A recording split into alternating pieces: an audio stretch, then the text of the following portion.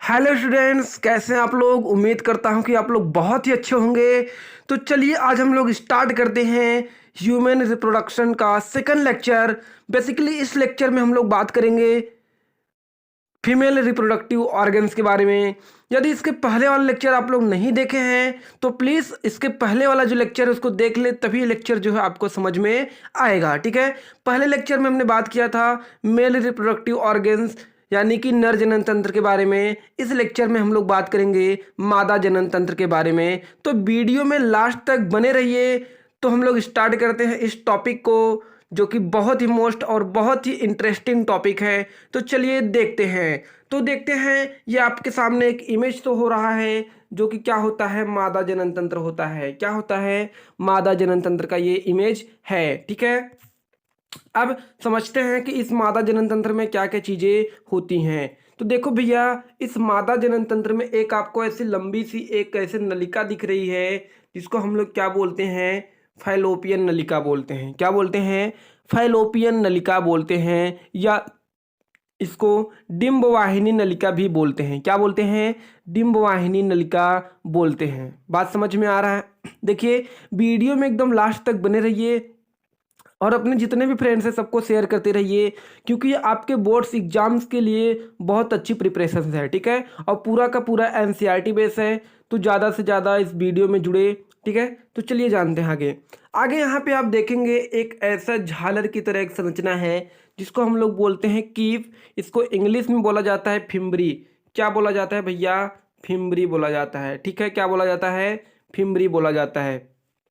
बात चलती है आगे। अब हम जब आगे आते हैं, आगे देखेंगे। आगे तो यहाँ पे इस प्रकार की देखो एक संरचना लगी है गोला सा, जिसको हम लोग क्या बोलते हैं, अंडाशय बोलते हैं, या इसी को हम लोग क्या बोलेंगे, ओवरी बोलेंगे। क्या बोलेंगे, ओवरी बोलेंगे, या जिसको हम लोग क्या बोलते हैं, अंडाशय या ओवरी। ये एक तरफ इधर होता है और एक तरफ इधर, यानी कि कितना होते हैं, एक जोड़ी क्या होते हैं, अंडाशय होते हैं। ठीक है, उसके बाद अब बात आती है कि भैया जो फैलोपियन नलिका होती है, ठीक है, ये जो अपनी फैलोपियन नलिका होती है, इस फैलोपियन नलिका में दो भाग होते हैं। इस वाले भाग को बोलते हैं हम लोग इस्थमस। लिखना चाहो तो लिख सकते हो।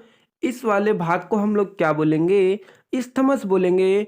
और यहाँ से फिम्बरी के पास में जो पार्ट होता है उसको हम लोग एम्पुला भी बोलते हैं। ठीक है, एम्पुला को एनसीईआरटी तुम्बिका नाम भी बोलती है। क्या बोलती है, तुम्बिका नाम भी बोलती है। यहाँ तक चीज़ें क्लियर हैं।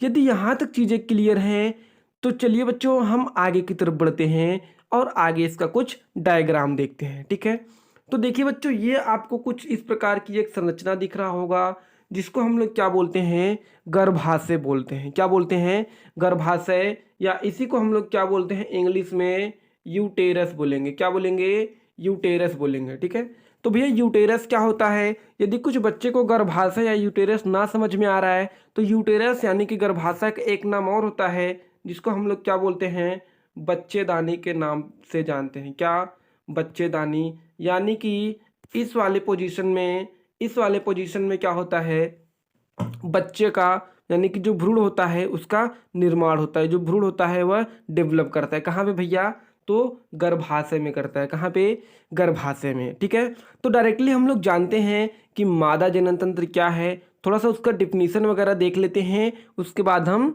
आगे चलेंगे सिस्टम वाइज। ठीक है, तो चलिए देख लेते हैं उसका डिफिनीशन। जैसा कि हम लोग डिफिनीशन पे आ गए हैं तो चलिए इसके डिफिनीशन को हम लोग जान लेते हैं। डिफिनीशन जानने से पहले जानते हैं कि मादा जनन तंत्र में क्या क्या चीज़ें पाई जाती हैं। ठीक है, तो यदि हम मादा जनन तंत्र की बात करें तो देखो इस तंत्र में एक अंडाशय होता है। क्या होता है, एक अंडाशय होता है। एक अंडाशय नहीं होता, टोटली दो अंडाशय होते हैं। अगर पूरे की बात करें तो एक जोड़ी होते हैं। कितने, एक जोड़ी होते हैं दोनों तरफ। अभी अभी हमने बात किया कि दोनों तरफ एक गोला सा संरचना होता था इस प्रकार से, जिसको हम लोग क्या बोलते थे, अंडाशय। ठीक है, आगे चलते हैं।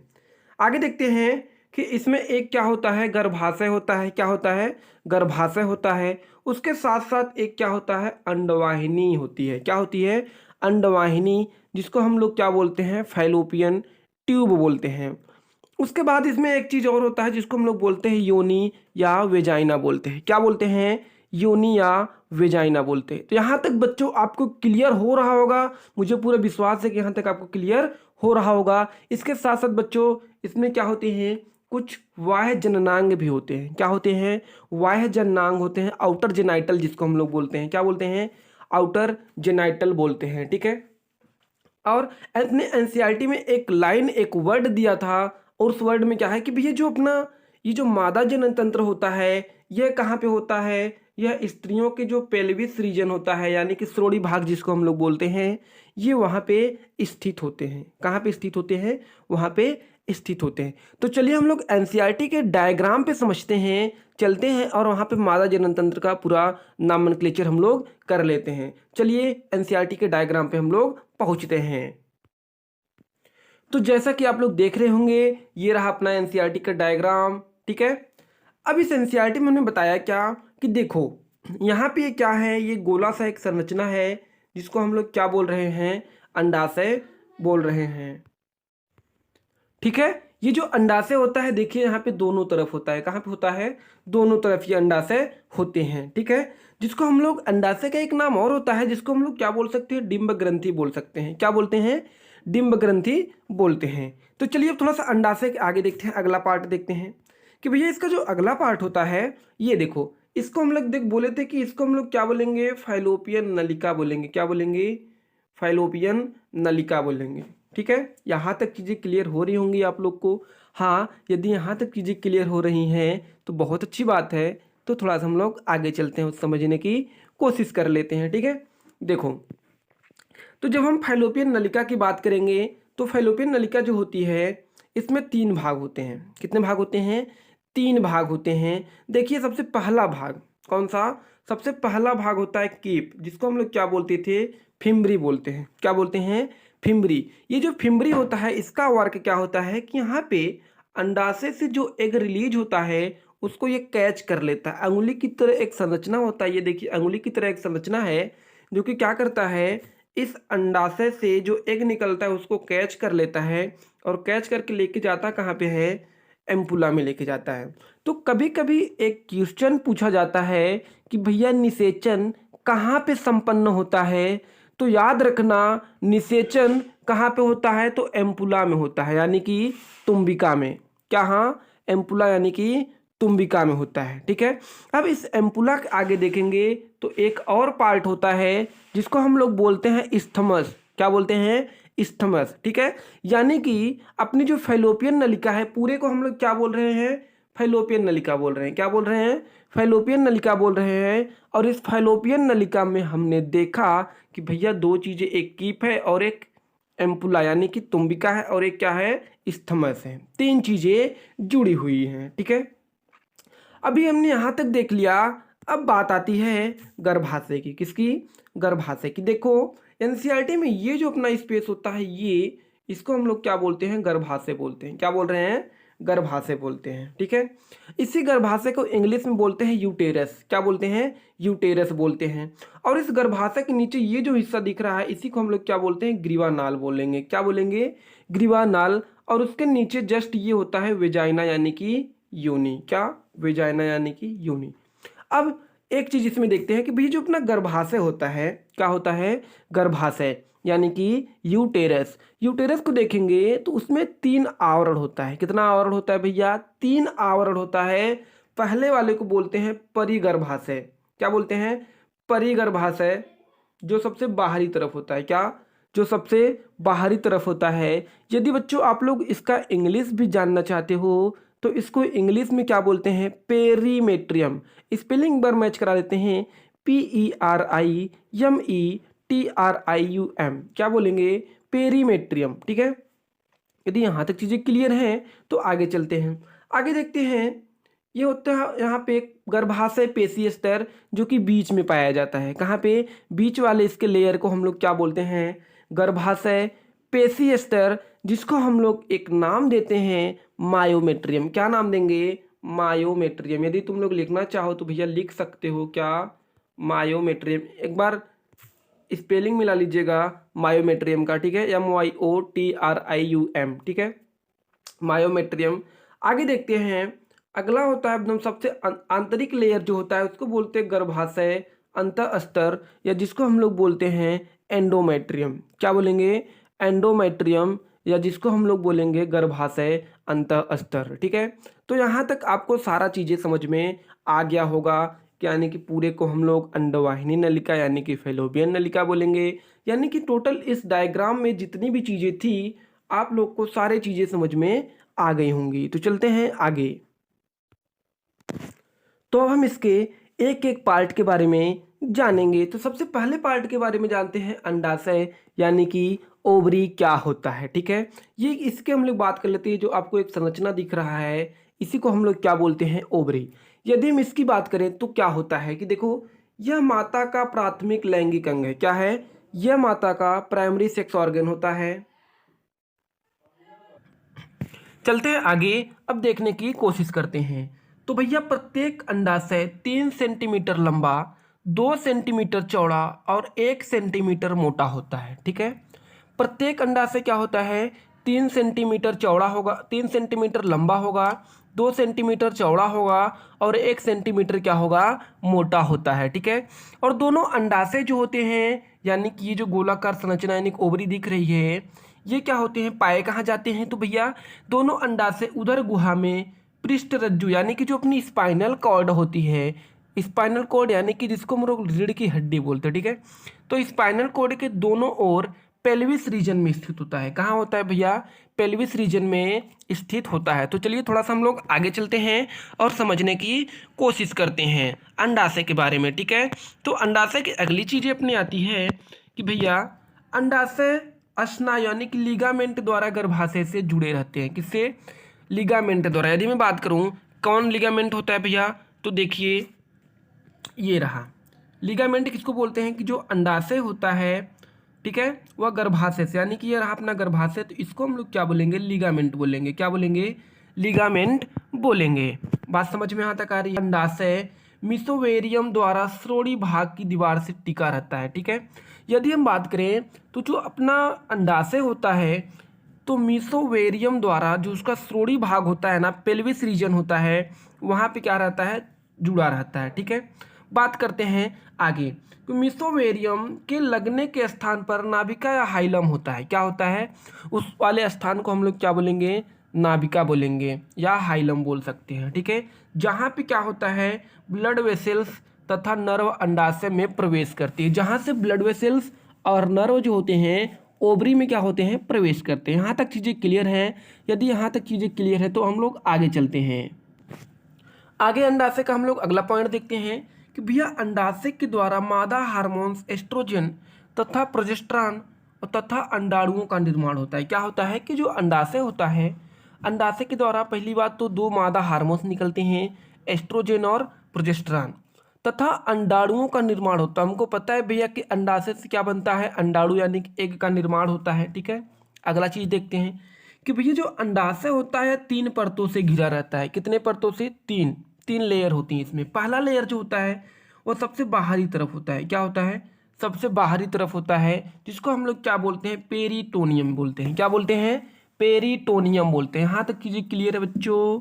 यदि यहाँ तक चीज़ें क्लियर है तो हम लोग आगे की तरफ बढ़ते हैं। अगला देखते हैं, इसका जो मध्य लेयर होता है इसको बोलते हैं जनन एपिथीलियम। क्या बोलते हैं? जनन एपिथीलियम या जर्मिनल एपिथीलियम बोलते हैं। क्या बोलते हैं? Germinal epithelium. और जो सबसे आंतरिक परत होता है, सबसे आंतरिक परत जो होता है उसको बोलते हैं ट्यूनिका एल्बुजिनिया बोलते हैं। क्या बोलते हैं हम लोग? ट्यूनिका एल्बुजिनिया बोलते हैं। ठीक है, तो इन परतों से जो घिरा अंडाशय का आंतरिक भाग होता है स्ट्रोमा कहलाता है। इन परतों से जो मतलब अब जो अंडाशय ये 3 परतों से घिरा रहता है, तो इन परतों के नीचे जो संरचना दिखती है उसी को हम लोग क्या बोलेंगे? स्ट्रोमा बोलेंगे। क्या बोलेंगे? स्ट्रोमा। इसको हिंदी में एक नाम होता है पीठिका। क्या कहलाता है ये? पीठिका कहलाता है। अब बात करते हैं इसके अगले भाग की। तो इसका जो अगला भाग आता है वह होता है अंडवाहिनी या फाइलोपियन ट्यूब। यहाँ तक बच्चों समझ में आया? अभी अभी हमने बात किया था कि अंडवाहिनी या फाइलोपियन ट्यूब क्या होता है। तो भैया ये जो ऐसा आया हुआ है ना, इसी को हम लोग क्या बोलते हैं? अंडवाहिनी या फाइलोपियन ट्यूब बोलते हैं। तो इसके बारे में थोड़ा सा हम लोग जान लेते हैं, बातें करते हैं इसके बारे में। देखो, जो प्रत्येक अंडाशय, क्या प्रत्येक अंडाशय से एक लंबी कुंडलित नलिका निकलती है, जिसको अंडवाहिनी, डिंबवाहिनी या फैलोपियन ट्यूब कहते हैं। क्या कहते हैं? जिससे हम लोग, इसका देखो 3 नाम होता है भैया, या तो हम लोग डिंबवाहिनी नलिका बोले, या इसको हम लोग अंडवाहिनी नलिका बोले, या इसको हम लोग फैलोपियन ट्यूब बोले। क्या बोले? इसको हम लोग या फैलोपियन ट्यूब बोल सकते हैं। ठीक है। यदि हम इसके लंबाई की बात करें तो फैलोपियन ट्यूब की लंबाई 10 से 12 सेंटीमीटर होती है। कितना होती है बच्चों? 10 से 12 सेंटीमीटर होती है। और हमने बताया कि इसके 3 भाग होते हैं। तो इसके नलिका के कितने भाग होते हैं? 3 भाग होते हैं। थोड़ा सा हम लोग आगे चलते हैं और देखते हैं कि 3 भाग कौन कौन से होते हैं। तो हमने बताया था इसका जो 3 भाग होते हैं, सबसे पहले वाले भाग को हम लोग क्या बोलते थे? फिम्बरी। क्या बोलते थे? फिम्बरी, जिसको हम लोग कीपक या इनफंडिबुलम भी कहते थे। याद है? ऐसा हमने कुछ एक झालर की तरह संरचना बनाया था कि इस प्रकार से ऐसे अंडाशय में रहता है, तो इसी को हम लोग क्या बोलते थे? फिम्बरी यानी कि कीपक बोलते थे। उसके बाद हमने बताया कि दूसरा होता है अपना तुम्बिका। क्या होता है? तुम्बिका, यानी कि जो यहाँ पे पाया जाता है, इसी हिस्से में क्या होता है? निषेचन संपन्न होता है। ठीक है। और अगला अपना आता है सक्रिय पथ है, जिसको हम लोग बोलते थे इस्थमस। तो इस एम्पुला के बाद वाला जो भाग होता है, इसी को हम लोग क्या बोलते हैं? इस्थमस बोलते हैं। बात समझ में आ रही है यहाँ तक?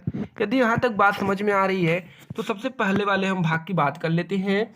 सबसे पहला वाले भाग है अपना कीपक यानी कि इनफंडिबुलम, या इसको हम लोग फिम्बरी भी कह सकते हैं। क्या कह सकते हैं बच्चों?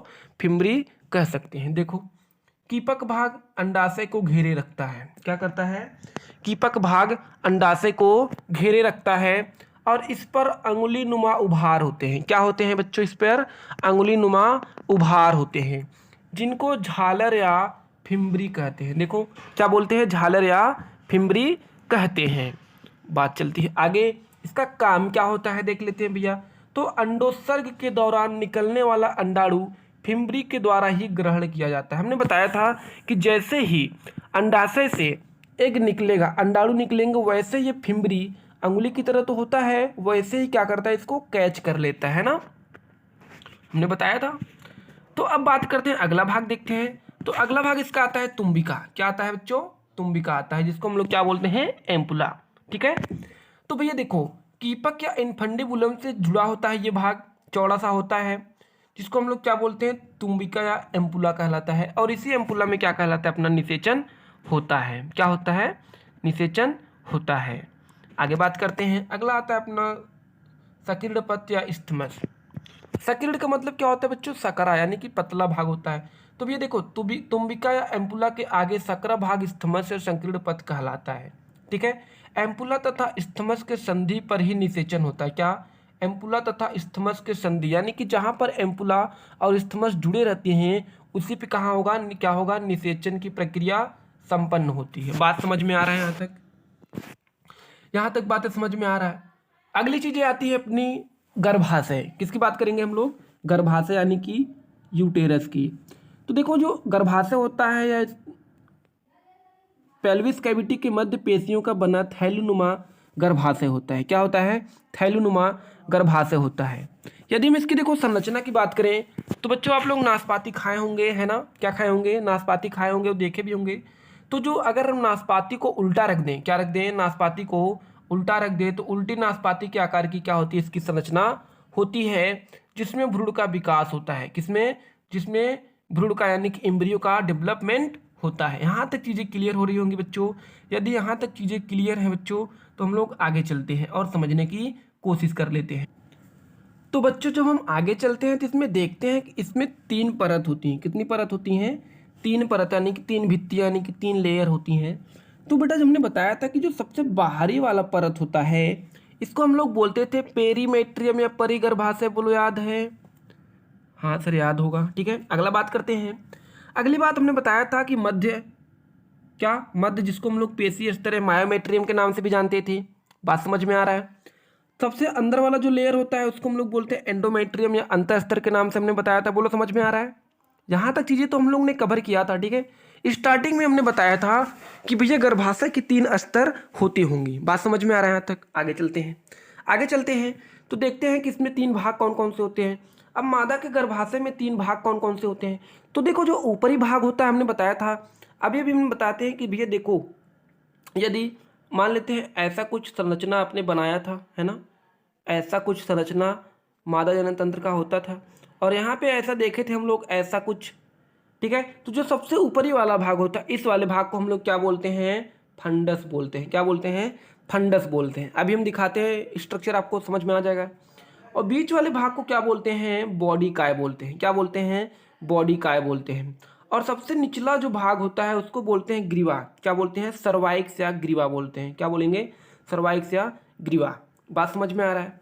अब बात करते हैं आगे, देखो गर्भाशय का ग्रीवा। क्या भैया, गर्भाशय का ग्रीवा सर्विक्स भाग एक नलिका में खुलता है जिससे योनि व वेजाइना कहलाता है। क्या कहलाता है, योनि या वेजाइना कहलाता है, ठीक है। देखो ग्रीवा में होने वाले कैंसर को सर्विकल कैंसर कहते हैं, ठीक है। ग्रीवा में यदि सर्विक्स में कैंसर हो जाता है तो इसको बोलते हैं सर्विकल कैंसर बोलते हैं। क्या बोलते हैं, सर्विकल कैंसर बोलते हैं। तो चलिए एक बार हम लोग मादा के गर्भाशय के जो तीनों लेयर थे उसको देख लेते हैं। तो जैसा कि अभी भी हमने बताया, उसका भाग ऊपरी वाले को क्या बोलते हैं, गर्भाशय बुंदे फंडस बोलते हैं, ठीक है।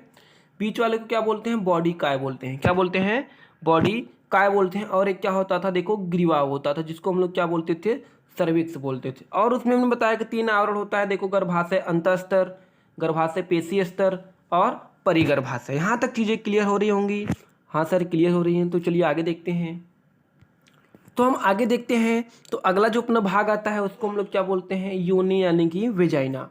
देखो यह लगभग 7 से 10 सेंटीमीटर लंबी एक नलिका है। क्या है, 7 से 10 सेंटीमीटर लंबी एक नलिका है जिसके द्वारा शुक्राणुओं को ग्रहण किया जाता है, जिसके द्वारा शुक्राणुओं का ग्रहण किया जाता है। यानी इस रास्ते से शुक्राणु क्या होते हैं, अंदर जाते हैं।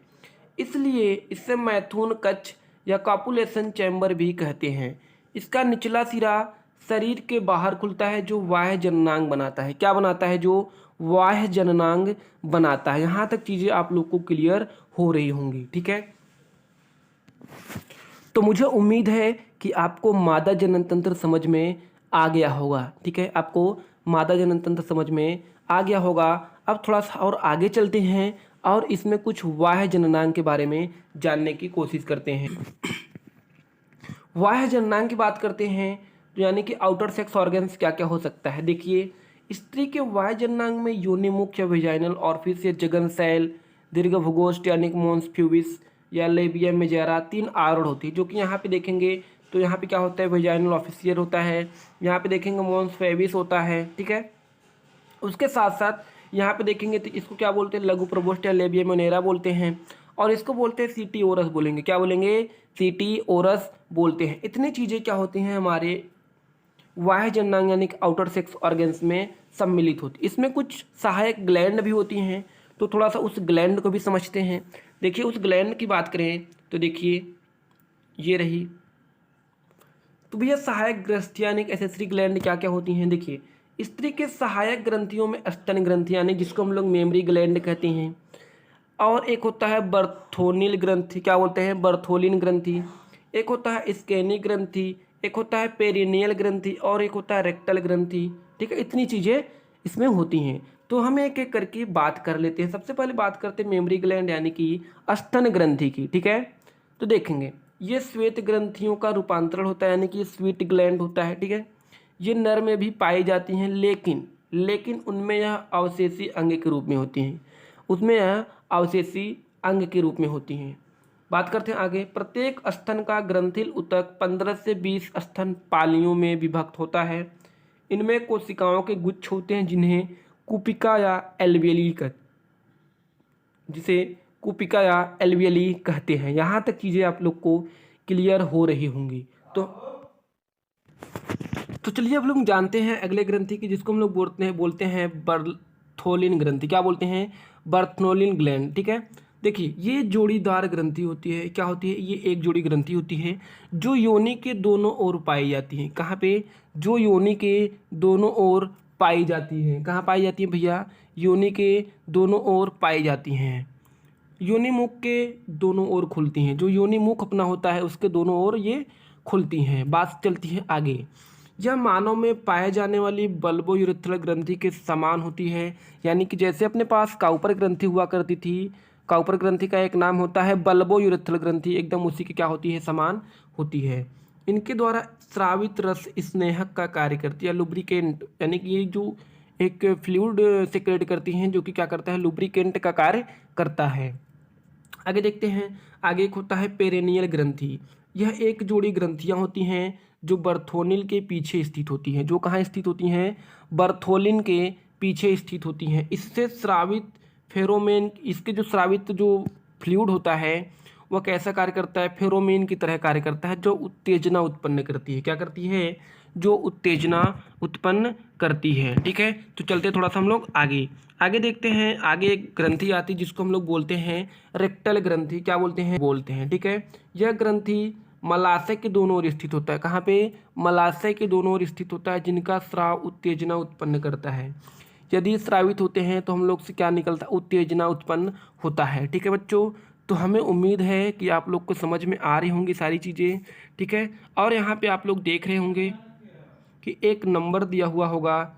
ठीक है, यहाँ पे बैकग्राउंड में 8423441925। यदि किसी भी बच्चे को नोट्स चाहिए तो इस नंबर पे कॉल करके या व्हाट्सअप करके उन नोट्स को ले सकता है। ठीक है, यदि आपको कोई डाउट है तो कमेंट सेक्शन में कमेंट जरूर करें। बातें समझ में आ रही ना, तो और अपनी तैयारी एकदम ज़बरदस्त अच्छी तरीके से करते रहिए। यदि ये वीडियो एक बार आप देखते हैं तो आप कोई भी कंपटीशन्स हो या फिर 12th लेवल्स हो तो उसको हम लोग आसानी से अच्छे नंबर से पास हो सकते हैं। अब मिलेंगे हम अगले वीडियो में लेक्चर नंबर 3 में। ठीक है।